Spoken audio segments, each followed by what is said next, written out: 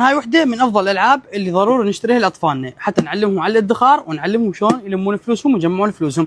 طبعا خزنه كامله على الشكل القاصر راح تجيكم بهذا الشكل. طبعا الحلو بها يجي رمز هنا، تقدر تخلي الرمز اللي يعجبك، راح يجي قفل بها ويجي بها مفتاح، واكو بها مفتاح سري راح يكون هنا اللي نفتح من عنده هاي الغاصه. طبعا هذا المكان سري، تجربه عمليه ونشوف طريقه استخدامها. طبعا الحلو بها راح تجي رمز، تقدر تخلي الرمز انت اللي يعجبك، احنا خالينا 3 اصفار، انت تقدر تخلي اي رمز يعجبك، وراح يكون بها مفتاح بالداخل حتى تفتحها. مثلا نخلي هاي ال 5000 الداخل هسه، اصبعوا لي، خلينا ال 5000 الداخل بهذا الشكل. هسه نقدر نفتحها عن طريق الرمز اللي قلت لكم عليه او عن طريق المفتاح، بها مفتاحين، مفتاح سري ومفتاح راح يكون بداخله.